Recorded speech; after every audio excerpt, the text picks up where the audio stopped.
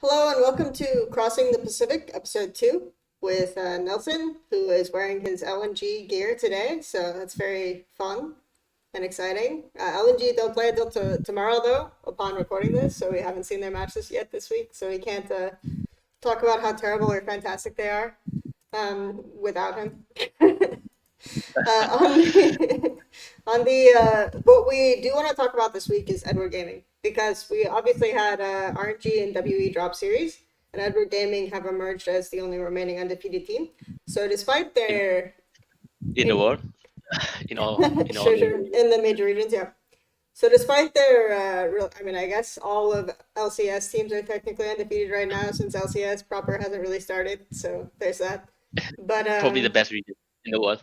It's like for me, like the question is, does EDG still look like the best team, given the record, or are they, or do you think that they'll fall down? Like, what are their flaws?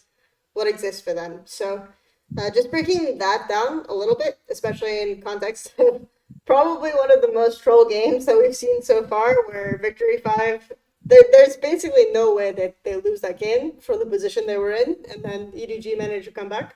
Let's open a little bit in terms of like when you think about Edward Gaming, what are their main strengths? I mean, I think like main strength is basically you can count on all three of the players. So basically, like top lane, mid lane, AD. I think they're all like. So if you manage to get into a state of the game where everyone's like 3 items or everyone's 5 items, then I think they have the strongest like trio of laners in the LPL. Even And you think even more yeah, so than like TS? for sure. As in, I would say so. Obviously, Yeah, yeah, I would say so. Like. TS current form withstanding, but yeah, you think Yeah, so? I mean, I would think like Flandre, especially Mm-hmm. on he's like a better team fighter on like almost every pick, as in on all picks. Like he can play tanks and stuff like that. Mm-hmm. But 369 isn't actually the case, or he can't really play like the super hard counters really well, like Quinn into Renekton and stuff like that. And for AD, I think like Viper is just it's like more stable than Jackal for sure. Viper is probably the best AD in the Yeah. LPL, so I don't necessarily disagree with that one right now. But I think like the Soul lanes are a little bit more contentious. In terms of 369 not being able to play the super hard counters, like I don't even think you want to play Quinn. And every time I've seen Fondra play Quinn into Renekton, like those types of matchups, I haven't actually been that impressed by his takes. So that's an interesting Oh one to yeah, I point mean, out. I mean, So back then he was on LNG, and yeah, I kind of know like what happened because back then it was yeah. just you just help like the jungle would just help him once, and then he would just play the lane on his Yeah, own. but Quinn also is a pick where, like, especially more recently, you don't really have to play the lane super aggressively, like super hard counter. Quinn basically just ends up being a champion that wins side later anyway, and then has like a Yeah, ridiculous amount of map pressure. So, yeah, uh, and that was the way how he played Quinn, back then. mhm, mhm, You just yeah. help Quinn recall once or help her when she has no cleanse. You just need to help her once, and Mhm. Flandre would just play the lane on his own. Yep, and that's like I think a lot of the way that you can just play the Quinn too as well. Yeah, So, but I mean in general, like the map pressure that he had on those that champ, I wouldn't say that it was like an insane pick for him. But I would say that also, yeah, I think TES's dynamic in top jungle is also really awkward. So like I obviously don't know the details of what's happening behind the scenes, but I think we could get into detail a little bit more on 369 versus Flandra. I think 369 hasn't performed very well recently, so I think Flandra definitely has the edge there. But we are seeing TS with an uptick a bit. I don't think yeah, they look like super high finesse, but I definitely think that they're doing slightly better in terms of fundamentals. The way Draw is playing as well. So I think like with that, we'll see their solo laners kind of return to form. I think Scout has been very inconsistent, especially on picks like Azir or when he can't like really hard skill check the mid laners in lane. Right, his impact at a more even lane state when he's playing against a stronger laner is not as high, for sure. So I think that like we saw him recently against Mole, who misplayed I think both of the lane matchups pretty hard, and yeah. then Yeah. Or maybe Scott played well, you know? Because I don't really have the No, full I mean, read. So I mean, I look at the level one, and then Mo is just like walking up on Galio versus Orion on the wave, and I'm just like, yep, this is not the way you want to look at that. I mean, Like, Maul is like what the best Zoe in the world. yeah. I mean, and then there's the second game where he was like chasing him around behind tower, and it's just like, yeah, that was tilt from game one for sure. There's no way that that play is real. But I think, yeah. So, but you look at his like Azir games versus TT where they were collapsing on him, and then the way he was setting up soldiers in fights was way less impactful. But he would have like one good ult, right? So I think we've seen a lot more hit or miss play from scouts, and I think it makes sense that a lot of teams are starting to target mid lane more versus EDG. We obviously, I don't think we saw that on D5 as much. It was a lot more uh, like basically mid lane punish, but I think that that's an avenue that teams might pursue. I mean, Yeah. I think he's like the Mm-hmm. weakest point for sure. Other than Mm-hmm. like sometimes the laning of bot lane is they're like unsure of what to do, or Yeah, they miss their. they hesitate too much. Yeah, Mm-hmm. they hesitate too much and they miss the time window to do what they're Mm-hmm. supposed to do. Or like the V5 game where they were like really throwing the wave level one, and then like enemy bot lane got level three before them, right? So that I was mean, when the there wave was no was. reason to give up the third wave. Yeah, and then the wave was bouncing back out when the plan was clearly to like double scuttle, right? So Yeah. yeah, that didn't work out. I think the other option, I guess, so for me, like bot lane is inconsistent in laning, and then Scout is like inconsistent in his overall team impact and the way he's visualizing a lot of these fights. But obviously, like all these players are very strong, so I think that they make a strong contention.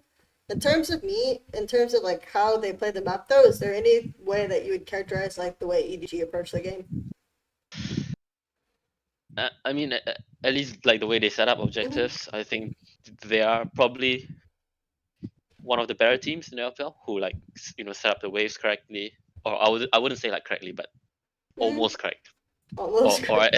yeah, almost correct, Almost or correct. or or maybe like they have an idea of what to do most of the Mm-hmm. time. So basically, like for example, if there are like 10 steps to set up dragon, maybe they get like 8 steps, something like that. At least compared to the other teams which Mm-hmm. are playing in the LPL right now. Like some teams they don't even set up. But at least for EZ, I see like a pattern where they always try to get the top lane push. Like Mm-hmm. they won't always get a crash. It depends who's the one collecting top lane. But if it's Flounder, he will try to get a crash.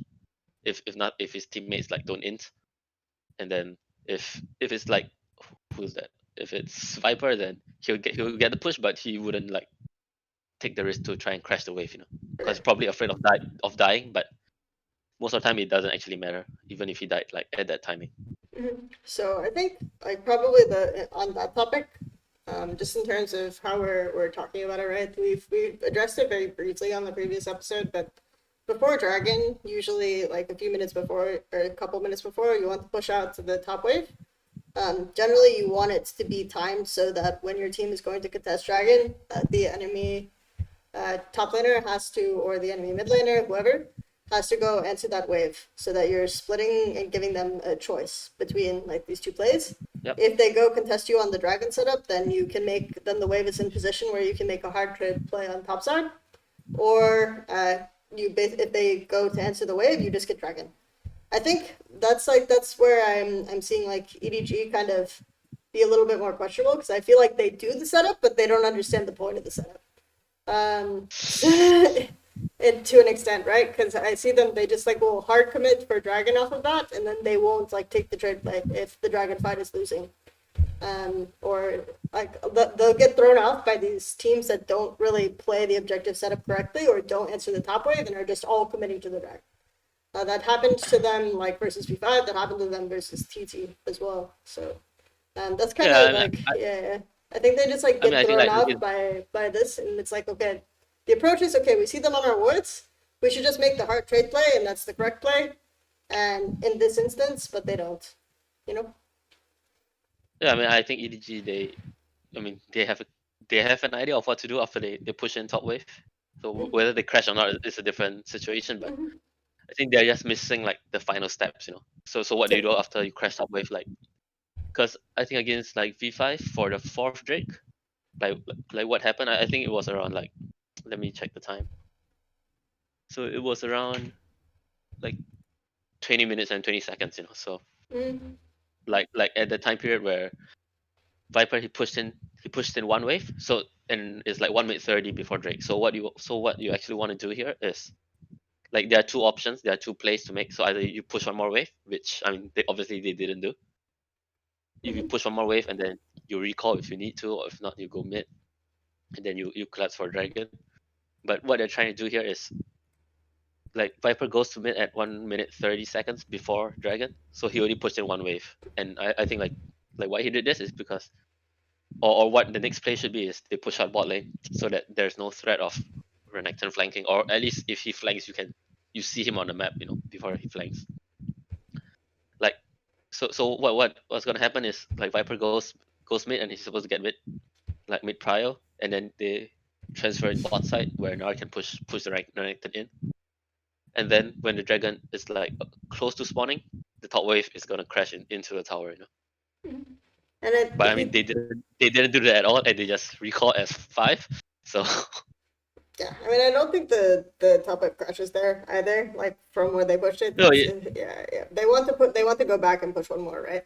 Like for sure after that situation. yeah, Yeah. yeah. I mean, Hmm.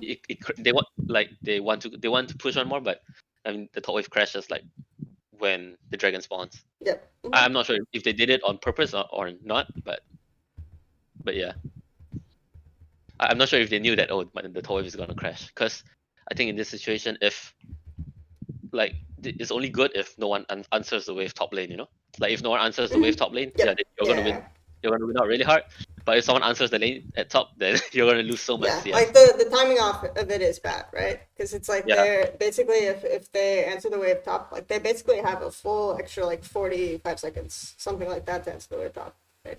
So, yeah. And I mean, I'm not sure if they like did research and found out that V5 I don't mean, actually they play top definitely. Oh, wave you mean stuff like that. V5 specifically? Yeah, Yeah, I mean, as in V5 specifically. Yeah, I mean, if they do, then I think it's fine. If they know I that mean, V5 they in wouldn't answer top in wave. in like the meantime though, like both teams are losing basically an equal number of farm on that wave state. So like by the time it crashes, actually EDG have probably lost more farm overall, Yep. and then so like V5 end up winning out on like the timing where the wave crashes, and then they also win out the fight as well. So it's just like it's definitely a situation where their overall planning on that phase is like not as crisp as it could be. And then Yep. also the wave is in position. Like if this is not a winning fight, which you're face checking into Galio by the time they end up getting into position, then they can just basically walk top and pressure this top and get all of the top farm as well in jungle instead of taking this Drake. So it's a Cloud Soul, right? Yeah, So yeah. So it doesn't matter. Like EG mm-hmm. were kind of lucky that it's a cloud soul. Mm-hmm. I mean, I mean, after the second Drake, there's a 50-50 chance where it's cloud or Yeah, like fire, like yeah. I'm not sure what it's called. Infernal, yeah, Infernal soul. Yeah, infernal soul. So yes. it's like 50-50 chance, and like basically they flip the coin and it's a cloud soul, So they were lucky. So it's like since it was cloud soul, then the bear comp is gonna win. The bear late game comp, I mean.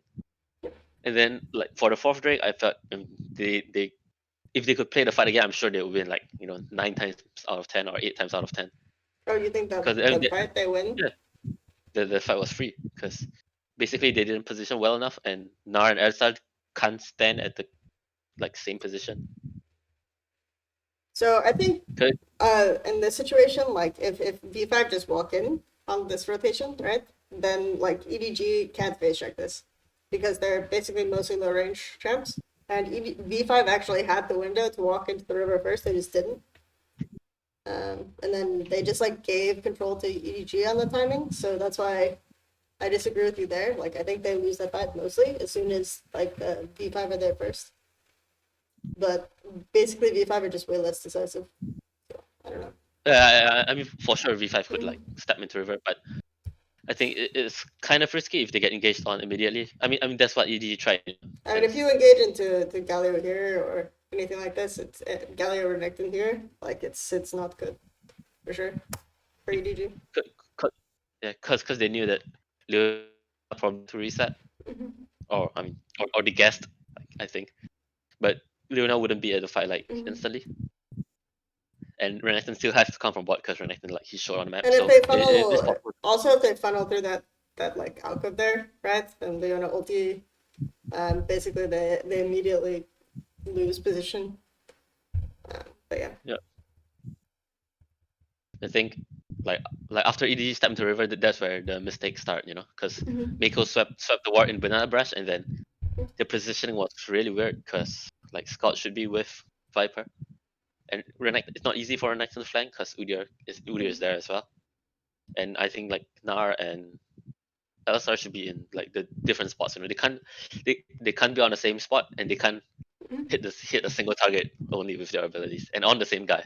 So Yeah, I mean, if I like think V5, like V5 also got the way first, so they probably are going to come from like the same angle, or they'll be split, and then they basically V5 can engage onto one side. So yeah, that's why I think it's like they're already a bit late, and obviously they yeah, think we're so like, and that's why I would say okay, we actually have the wave set up correctly for us to just like go into top side and get the streak, but they don't. Um, I mean I'm pretty sure I'm pretty sure that Flandre is probably still the call, and he mhm. still has this like I mean, yeah, of he just course, you could he just tell like loves to fight for every Drake, you can tell these even though it doesn't players. matter. Yeah, of course. So I think that's like potentially a weakness if they're in a more losing position, even in this. I also think like obviously these players have ego because they are all very good. So like they're definitely going to see like a fight. It's like okay, maybe it's a 40, 60 fight or a 30-70 fight, and then they will still take it. So Yeah, but yep. I think like but this is just like you get so much of an advantage off of giving the soul and then going and sieging the top side of their base. What compositions do we think that they're better at executing? And if there is a difference, like we've seen them play like the Zaya Victor style a bit versus JDG. We've seen them play like this kind of more versus TT. They went for like Azir, GP, Phileas in one game, which is like way more range and like let them come into us. And then like obviously we've seen them prioritize Kai'Sa really, really heavily every time that champs up. They go like Kai'Sa Alistar. Their Kai'Sa set comp was pretty good execution. Um, so generally, like when you think of EDG and the style of comp that they play the best, what do you think? at least for now, because I wouldn't say like it's a style of comp or Mm-hmm. stuff like that, because I think right now the game is so it's like so dumbed down where it's just team fight, so you have to team fight over Dragon or Baron, Yeah, and but it's all about setup. yeah, But it's all about setup, but it's also about like where you pick the fights, like how yeah, you want to initiate fights. Yeah. Mm-hmm. and it's all about setup and draft, and Mm-hmm. I mean like definitely like what's it called? Kaiser is like the best pick or best AD to blind right now, or just a pick in general, because I it disagree. fits in every I as in it fits disagree. in every comp. I disagree. And it fits in like doesn't matter what comp you play, it fits in every comp. I If disagree. you It pick like her, it definitely telegraphs the style of game that you're gonna play because you don't want Kai'Sa to commit by herself. So you need at least one other like all-in champ to go with her. yeah, So of course, but I mean you yeah, can also play like I only hit front line. You can just play front and back. yeah. But if you're playing, Or I only hit front line. I only hit front to back versus like a longer range AD. You're not going to do as much DPS. yeah, of course, but I think like right now I think like there are not too many ADs which can outperform Kaiser.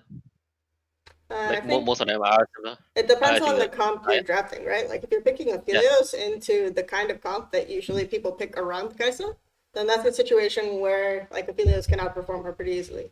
Or yeah. yeah, Zaya can But outperform her. but I still see like EDG they usually play a way where either top or support can give like threat to the backline, because there there hasn't really been many games where like Flounder plays like front to back, or he plays a champion which can only front to back. Mhm. I mean other than Gangplank, which most of the time you play front to back. But I mean that's a different type of comp. There's a different type of like champion. Mhm. Like he has played GP. He's played Nar, Gragas, Aphelios. Um, I mean, excuse me, Gragas Renekton. is, Excuse me. yeah. Yeah. As in most of the champions which he played, he wants to like start the fight from Hmm. a flank, and, Hmm. and then like and then pull towards his own carries. They depending on their own comp as well. But yeah, because I mean that's basically how Flaunty plays most of the time. Even if he plays Ornn, he's gonna look for a flank, or he's Yeah, just gonna just like chase the carries. Because I like mean that's how he plays. even looking at their drafts, right? When they go like Aphelios, when they pick Aphelios, right, they're much more focused on creating space, picking longer range carries alongside Aphelios. Whereas when they go Kai'Sa, it's Renekton, LeBlanc, Set, like these types of champs get picked a lot with it.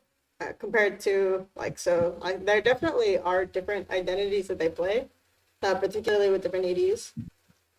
So I think that for me, it's like I always see them do better when they can like face first dive into the enemy team.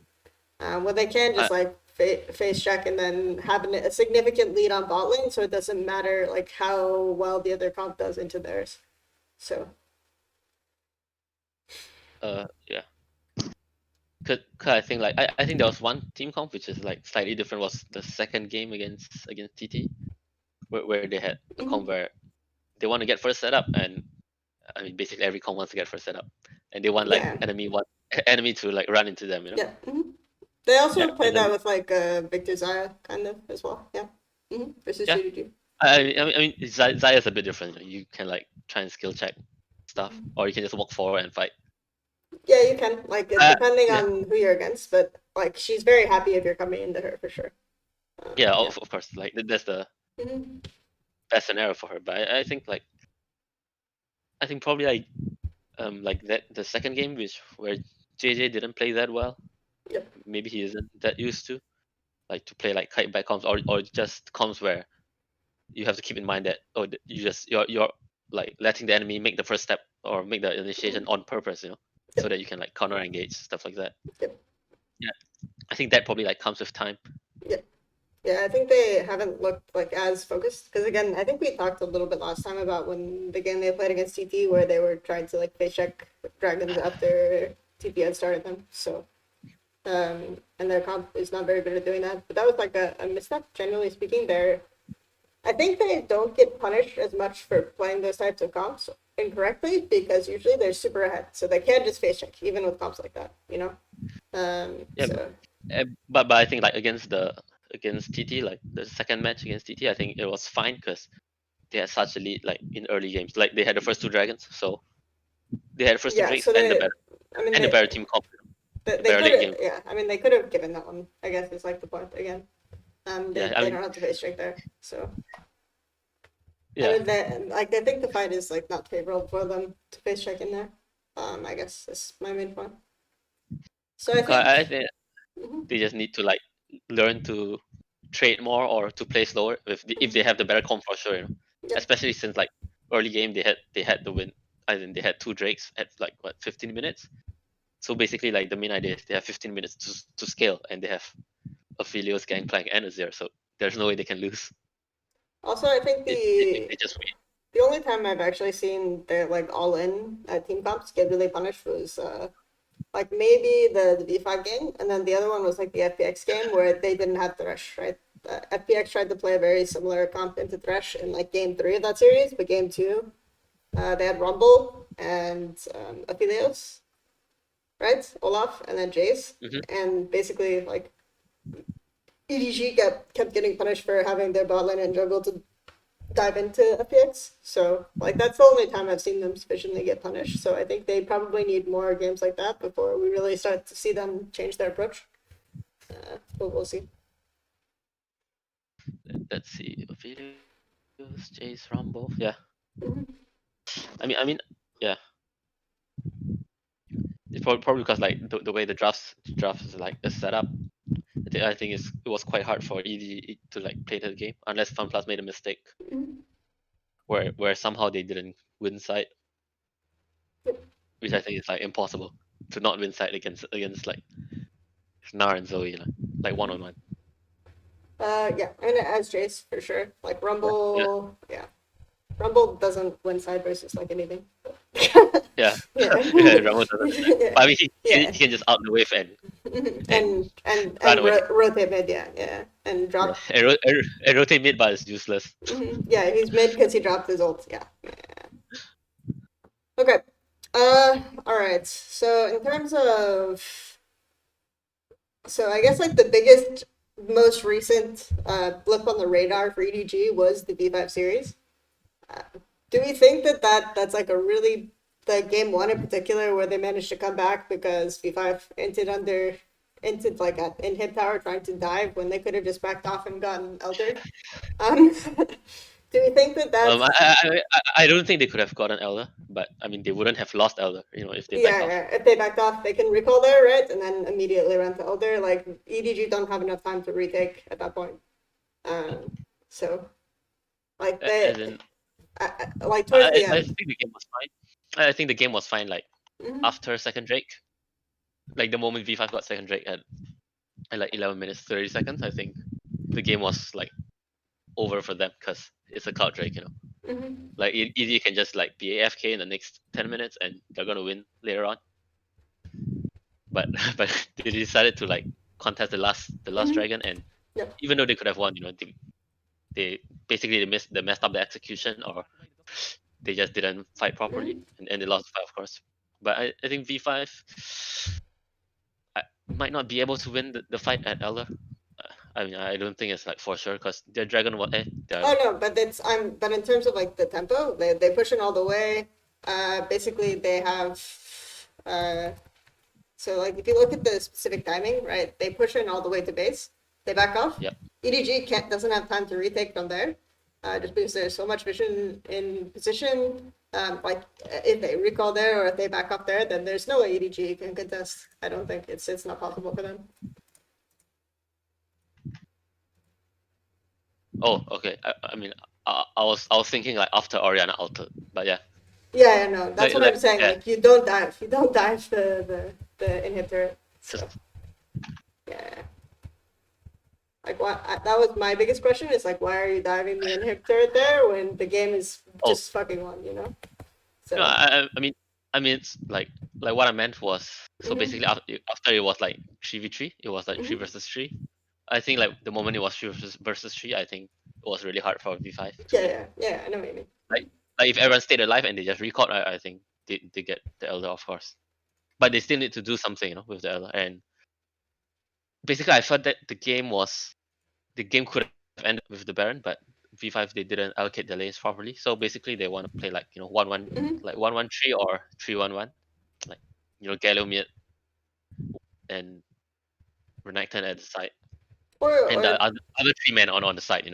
So you basically play yeah, three lanes. I mean like they just catch up one lane and then they want to play like two lanes. I think it's better for them. Yeah, I mean, Because I don't really think Oriana is it's like really the only yeah. like safe wave clear that they have. So as long as they're pulling Oriana between two lanes, they can like do more damage to two turrets rather than three.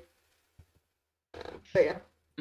Actually, not really. Like, I mean, you can play two lanes, but the second lane can't be mid lane, Because so basically, what's gonna happen is most of the time, since like setting up waves is just a waste of time. If you want to set up mid wave and side wave to crash at the same time, it's just a waste of time. Like if enemy knows what you're doing, they just walk out and push one wave first. But I I mean, feel like they shouldn't be able to walk out if you're controlling the jungle. That's like the main point. If you have pinks in jungle, they can't walk out and do that. Then they just die. as as in usually what happens is like the side lane doesn't really need to control the wave, but it's like one person or Mhm, 2% who is trying to freeze the mid wave, so that it crashes at the same time. mhm. I mean, Yep. of course, it depends on the wave state, but I think like that is firstly that's a waste of time. I think that's like a huge waste of time. You Uh, can just play it's you can just play two side it's wave. definitely not. They don't have like long enough range to do that. They have to basically coordinate with two waves on Baron for that to Yeah. work. I mean, what if they could just play the top wave and bot wave and let Galio like AFK at mid, He doesn't have to push. He just take a Sure. buff, Like use as long Q. as they're playing two lanes, it's okay. But like Yeah. I think it's like a lot easier to control vision on one side. So like going mid and then timing the wave like that, so that if they walk up and they try to walk between the two lanes at all, they just die.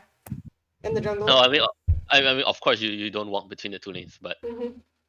but I think most of the time when you try to push like mid and one side, so like what happens is like Oriana clears mid first, and then she walks like 5 seconds to clear the other side. That shouldn't happen, because like if you can time the waves correctly, that shouldn't happen.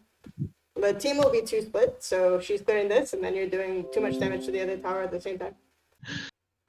I would say like it's too close, like the Uh, proximity between mid bot is just too close. I don't think it is at all. Like I mean, consistently you see teams play those two lanes very very well, you know. So, but definitely, like I think the main takeaway is you should be playing two lanes instead of three. Setup is fine. Yeah, you play two lanes instead of three. Like you play two lanes actively, Mm-hmm. but I'll prefer like someone to AFK at mid, someone who can teleport, so just to AFK at mid, so that there's more opportunities to like spot someone on the map, like to spot the Mm-hmm. enemy, like clearing the wave. And I think since you have Gallo is like perfect champion for this. Yep. He can help mid, he can help top, he can help bot. I think it's fine because it shouldn't really affect how team fights should go because Gallo usually wants to like enter the fight with his ult anyway. Yeah, I think it's just because they're shorter range, it's difficult for you to basically make a huge dent on one side or and not get engaged on the other side by four. So like that's kind of my main issue with it. Yeah. Because you can really only hit tower with Senna with this setup. Yeah, you can only hit this with like Senna, and there's no Hmm. other like zoning abilities Yep. So basically, I for sure. think like if you're together, it's a lot easier in this particular case. Uh, we've talked about this a lot though, so we can move on to the next topic. Okay, I think let's see. Do. So that's a lot of stuff on EDG. I think you said that you are not concerned after the B5 game. Like, I think it just basically reinforces some of the stuff that we were already talking about before, which was like from the TT game, from other games where they basically feel compelled to contest every trick. Yeah, I mean Yeah. Also, that's like one of the mhm, bad habits of mhm. Laundry, I guess, because he just likes to contest every Drake, especially when laning ends.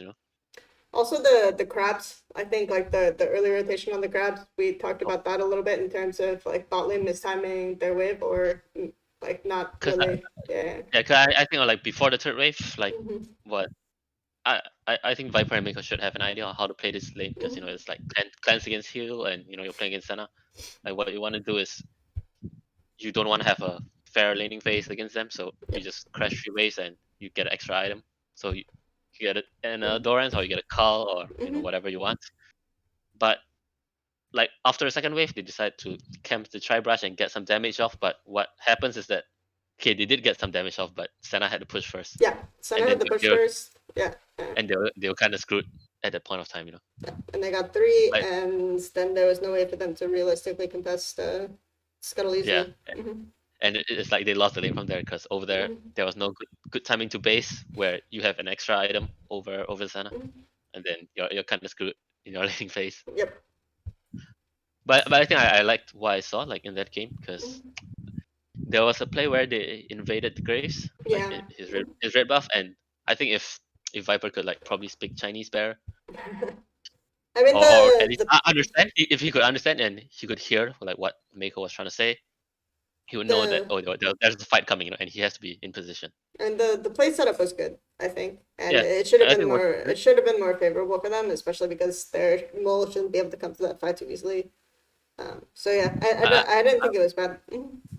yeah, I mean I think like if Viper was like Chinese, he would be there, with his ult, I and don't then even I he'll don't win the even fight for sure. I don't even know if it's that it because it's like I think that's a there since they were setting up the play so far in advance. I think there's enough time for kind of like Viper to understand it, but and for them to communicate enough for Viper to understand it, even if he doesn't really speak Chinese. So Well, I um, mean, it could be like a sudden play. Like after they get mm, vision, it's like, oh, I can camp here yeah, for but for like Drake. if you watch it, like he's sitting in that brush for a while. So I think, yeah, I don't think it's like a super sudden choice. So I think like I don't know if it's communication, but it wasn't set up well, right? from Yeah, Viper's end at least. It was set up well yeah, from Miko and Scout and JJ. So yeah. okay. Because there's something which I very rarely see, like teams do, at least for now, It happens quite often, like last year, because that's what JDG did, like every time. Because like randomly there'll be a Braum in your jungle at level 3, like this like similar, Yep. like before your camp spawn. And at least right now, this play, I don't see many teams like, doing this actively. But EDG are like one of the few who are. Yeah. I think so even JDG, like I saw today, they were actually walking deeper into jungle than, and maybe it was just I was so impressed compared to like the E-Star or TT travesty that happened before, but they were actually like extending control, and looking for picks in enemy jungle, so that was good. And then like I think one of the most impressive things I've seen from EDG is when they use that Kaisa and they're pushing out 2 lanes and rotating across on both sides of the map and just like using like Mako's trigger pull is really really good. And so those guys like Really, what? instant really good. So Uh, his trigger pull, like if someone is in jungle, he's just instantly dead. Like Mako flashes at you and then Kaisa is there, this guy's gone. So yeah, I think they're good at like pick comps, but they definitely in terms of like making trade plays, which pick comps are really good at, need to work on a bit more. Yeah. I mean, they just like after like with working with Laundry for quite a while, probably just like trading doesn't exist. You Mm-hmm. have to contest, especially when he's on like a Sure. stronger team. So basically, if you think your team is stronger than the enemy, you just go for the contest every time. Like in terms of players, not items. Yeah. So we'll see if any teams can actually challenge it because I feel like well there isn't really a team that's actually particularly strong at that right now in I general. mean, I Yeah. I Most I of think them like most of them just like fight FunPlus, every turn. Yeah. I Maybe. think FunPlus should be able to give them a fight. But Mm-hmm. they already played FunPlus, so Mm-hmm. No, I so we mean, won't see yeah, that until like playoffs. playoffs. Yeah, I mean, in terms of like that particular skill, like I think you can think of teams that will maybe come at them on a 5v5 and give them difficulty. Like I think TS is an example of a team that might make it difficult for them. Like they already played FBX. Uh, but in terms of teams that are really good at making like identifying like tempo advantages that they can use to force the enemy team into an awkward trade situation, no. Like Um, RNG is maybe the only one, but they're not good enough, right, to fight them. yeah, Yeah. I mean, like what's it called? Like Flandre, he just specializes in bullying like Mm-hmm. not as strong top laners, especially Xiao who has like almost no experience in top lane. Mm-hmm. Because from what I know, I he mean, Shahu doesn't he, even. It's like Shahu he doesn't doesn't even play the lane. win. Yeah, he doesn't even win the He lane doesn't on play. his own, right? It's like they control the top side of the map, so it's not really an issue of like can Flandre punish Shahu. It's more of an issue of do EDG counter the way that RNG set up well. And I think like even what team did they play that they lost to? It was BLG, right? Yeah. Yeah, Even BLG. even BLG, they had a very clear plan in game one, like with the Olaf Orn, where they were gonna split on RNG, and like Shahu didn't really answer that well. It was just when they basically gave up all tempo for the worst lane swap for Herald that I've ever seen in my entire fucking life. That how Shahu got back into the game, right? So yeah, it just kind of depends on that type of setup, and I think right now the only way RNG win is we have consistent side play pressure out of Xiaohu, and Hmm. we force the team to split up so that we can get picks and then like rotate our better setup to dragons. And if they don't get those factors, like Gala is a Kaiser one trick, they basically don't win games. Yeah, I mean, I think like at least for RNG, they should have the better comp every time because like the flexibility of the players, Mm-hmm. and it just depends whether the jungle can help Xiaohu win the lane. Yep. Mm-hmm. If they can't, then they have to wait for Xiaohu to scale so that he can side lane. Otherwise, it's gonna be pretty hard. Like, But I don't think it's possible uh-huh. for them against EDG because Like there was an I've seen I've, opening. I've I've seen Flandre play against like mid Mhm. laners who go top, and it's not very fun. It Yeah, wasn't but very fun for Angel yeah, or but Maple. again, it's like I don't expect that to be an isolated 1v1, so it's going to be more about Yeah, the team comp. Uh, yeah, for sure, for sure. I think also like Cryan has had opportunities where he should be like the sideline pressure point, and they just don't execute on that well. I just don't think he understands it as much. Yep. And Gala, I don't know, this guy. He He, just he, he played so atrociously on midfield, so it was pretty inexcusable. So, yeah, I don't know. he's more suited to like Kaiser Zaya. Yeah, I mean, even Like Lozaya, like his understanding of spacing and like how close he can stand to targets is so bad. That's usually like when you're a Kaiser one trick, that's the problem, right? Is that you're going for like all in and burst, it, so you it's the don't same have to with Kaiser. actually like you don't He can actually just have go a in and like position. Yeah, yeah, yeah, exactly. yeah. So yeah, it's Gallo basically got free jobs off of his performance on Steno Dragon, which he got only for placing like Kaisa Galio bots, and that's it. Okay, so we talked a little bit about RNG and them falling. What do we think about WE? Like they lost twice now, I I mean, think. from what I seen, they Obviously, benched their mid laner. They benched their mid laner he for a different the guy. official communication was that Shanks had like a an emergency. Uh, Yeah, yeah, hence emergency. family Like emergency. I can't play mid lane anymore, so I have a family emergency. Family emergency. And then they brought in Emong, who is, I think, just significantly worse from his performances so far. So yeah, we'll see. I Yeah, think because that's. at least for W, like I feel like Mhm, their strength. I think everyone knew as well that they had a system mhm. which worked for them. But like last year, or like last year, they had a weak mid laner and a top laner who was too trick like Renekton Ornn, but he doesn't even lane well.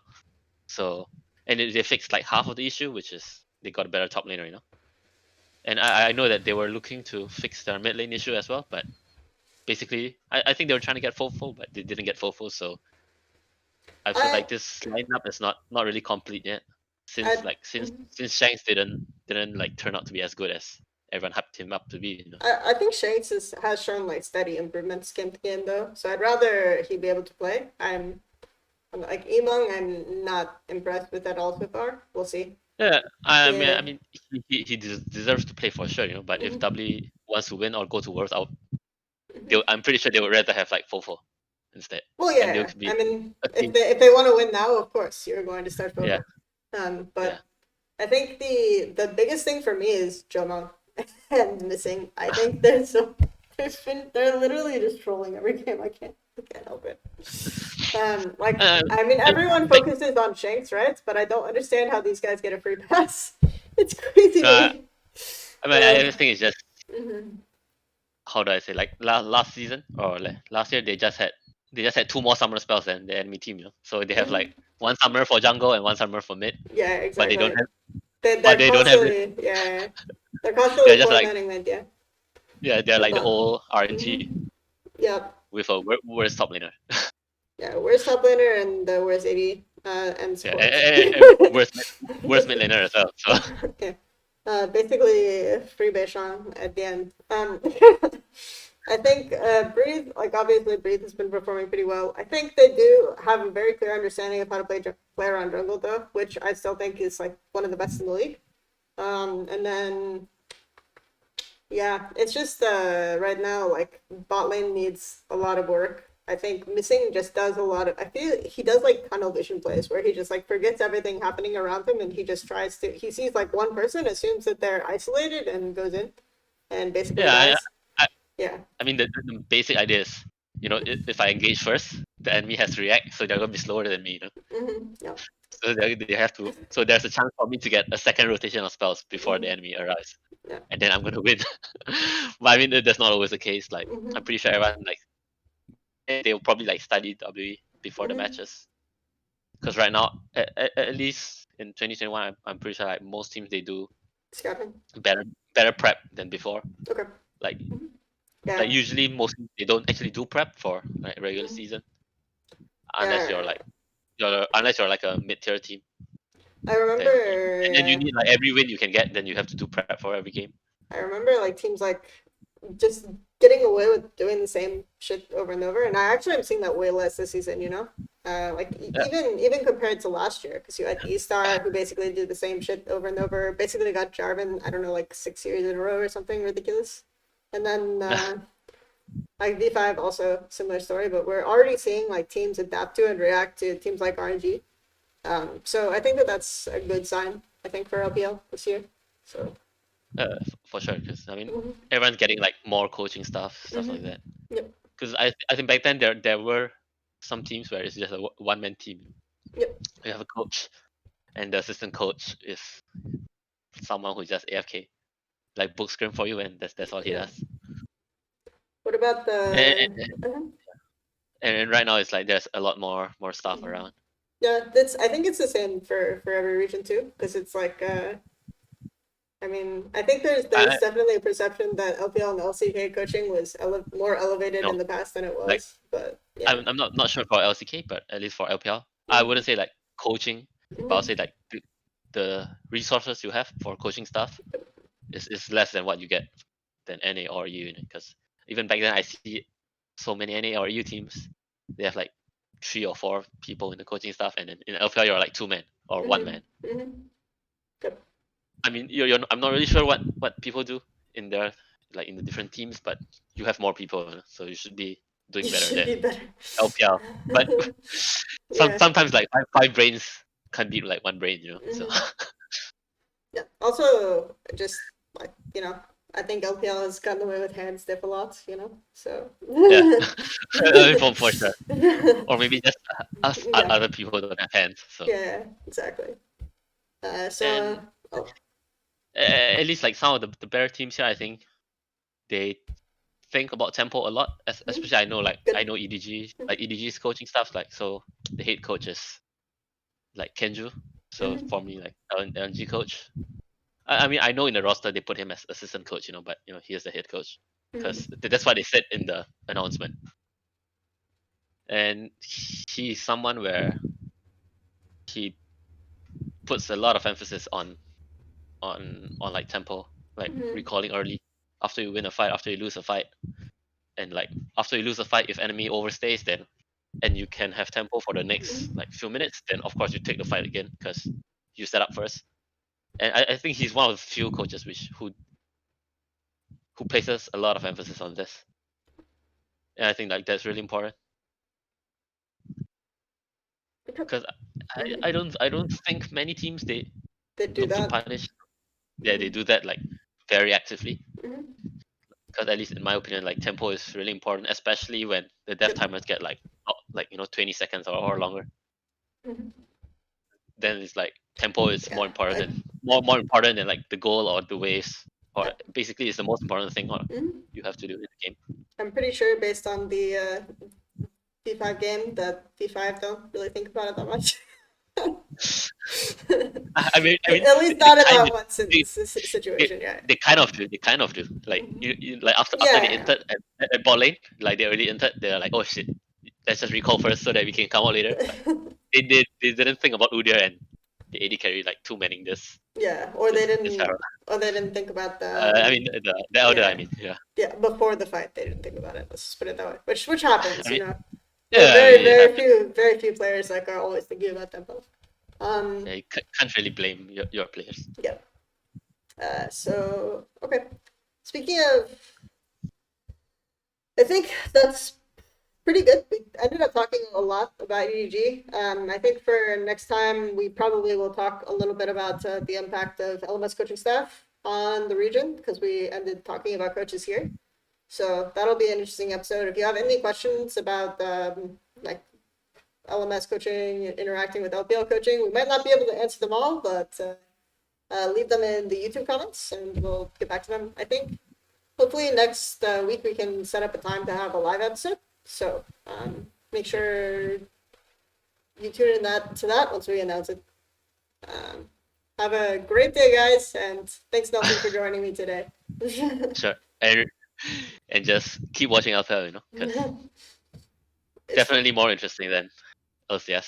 Might not be as fun. I mean, it probably is more Very true. fun, like overall, Mm-hmm. because LCS is basically like LCK in English. So Yeah, depends on the Yeah. Without the hands. It's just LCK without the hands. So I don't know about that one. I think LCS is basically like slower LPL. If I had to, yeah, because or yeah, slower LFL with no hands. yeah, something Like like you that. Hmm. you Okay. can't flash Oriana out. Okay. And with that, yep, this has been episode 2.